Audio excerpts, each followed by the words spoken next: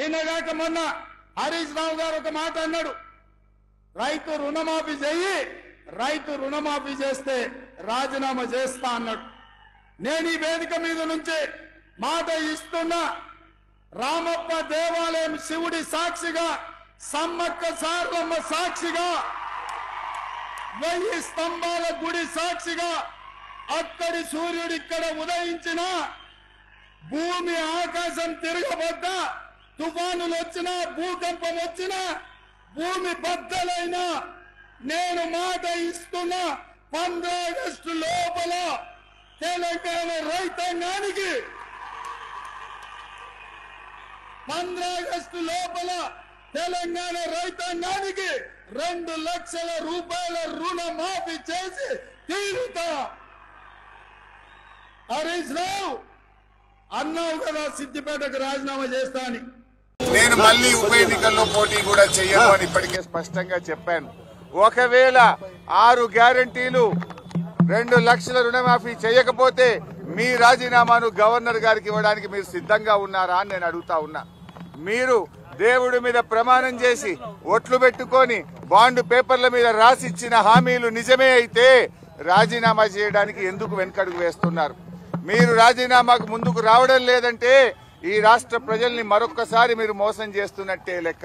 ఒకవేళ మీకు రావడానికి ఇక్కడ ఇబ్బందిగా ఉంటే అమరుల స్తూపం దగ్గర, ఎందుకంటే మీరు ముఖ్యమంత్రి అయిన తర్వాత ఏనాడు ఈ అమరవీరుల స్తూపానికి 2 పూలు పెట్టింది లేదు, శ్రద్ధాంజలి ఘటించిన చరిత్ర మీకు లేదు.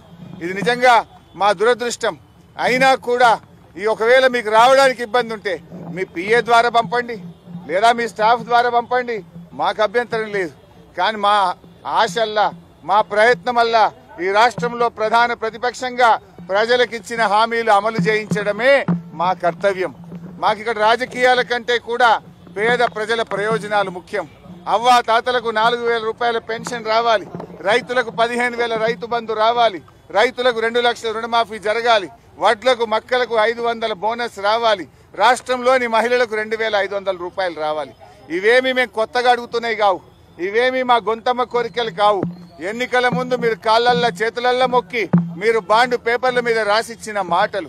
స్వయంగా సోనియా గాంధీ గారు రాష్ట్ర ప్రజలకు లేఖ రాశారు, ఈ 6 గ్యారంటీలను 100 రోజుల్లో అమలు చేయించే బాధ్యత మాది అని స్వయంగా సోనియా గాంధీ గారే రాష్ట్ర ప్రజలకు లేఖ రాశారు. అందువల్ల ఈ రాష్ట్ర ప్రజలకు మీరు ఇచ్చిన హామీలు అమలు చేయమని అడుగుతున్నాం. ముందు బేషరతుగా మీరు క్షమాపణ చెప్పాలి. ఎందుకంటే డిసెంబర్ 9న తొలి సంతకం 6 గ్యారంటీల మీద పెడతామని, రుణమాఫీ మీద పెడతామని మాట తప్పినందుకు ముందు క్షమాపణ చెప్పండి. ఇకనైనా ఆగస్టు 15 అమలు చేస్తే మాకు సంతోషం.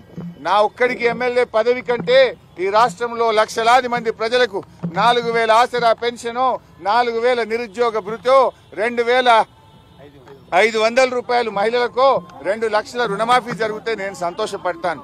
5 ఏళ్లు నాకు పదవిలో లేకపోయినా కూడా రాష్ట్ర ప్రజలకు మేలు జరిగితే నాకు అంతకంటే ఆనందం ఇంకోటి ఉండదు. అందువల్ల నేను రాజకీయాలకు అతీతంగా స్వచ్ఛందంగా ముందుకొచ్చాను. నేను స్పీకర్ ఫార్మెట్ లో కూడా నా లెటర్ ఇవ్వడానికి నేను సిద్ధంగా ఉన్నా. ఇవాళ నీ డిమాండ్లను ఇవాళ ఇక్కడ ఉండే జర్నలిస్టుల చేతిలోనే నా రాజీనామా పత్రాన్ని పెట్టి వెళ్తా ఉన్నా. స్పీకర్ ఫార్మెట్ లో రాజీనామా ఆమోదించుకొని పదవికి దూరంగా ఉండడానికి నేను సిద్ధం. కానీ నువ్వు మరి ప్రజలకు ఇచ్చిన మాట నిలబెట్టుకోవాలని కోరుతా ఉన్నా. 6 గ్యారంటీలు 100 రోజుల్లో అమలు చేస్తామని బాండ్ పేపర్ల మీద రాశారు, చట్టబద్ధత తెస్తామని చెప్పారు, మొదటి రోజే సంతకం పెడతామన్నారు. ఇది సోనియా గాంధీ తల్లిగా ఇచ్చే మాట అని చెప్పి రాష్ట్ర ప్రజలకు మీరు హామీ ఇచ్చారు. ఆ హామీలు అమలు చేయాలని మరొక్కసారి నేను కోరుతా ఉన్నా. మీరు రావడం రాకపోవడం మీ విజ్ఞత. ఒకవేళ మీరు రాకపోతే ఇక్కడ అమర స్తూపం దగ్గరికి వస్తే పూలు పెట్టాలని మీకేదైనా బేసిజాలుంటే కనీసం మీ స్టాఫ్ ద్వారానైనా మీ రిజిగ్నేషన్ లెటర్ పెట్టండి. నేను ఇక్కడ ఉండే జర్నలిస్టులకే నా రాజీనామా లేఖ విచ్చిపోతున్నా. మా జర్నలిస్టులే తెలంగాణ ఉద్యమకారులు. తెలంగాణ ఉద్యమంలో మా జర్నలిస్టులు, మేధావులు అద్భుతంగా పోరాడారు. వాళ్ళ చేతిలోనే నా రాజీనామా లెటర్ పెడుతున్నా. నువ్వు అమలు చేస్తే వాళ్ళు నేరుగా నా లెటర్ను స్పీకర్ గారికి ఇవ్వచ్చు. ఒకవేళ మీరు కూడా పెడితే అది మీ పెద్దరికాన్ని నిలబెట్టది. ఒకవేళ మీరు రాజీనామా లెటర్ ఇవ్వకపోతే అది మీరు మరొక్కసారి దేవుళ్ల పేరు మీద ఈ రాష్ట్ర ప్రజల్ని మోసం చేస్తారని భావించాల్సి ఉంటుంది.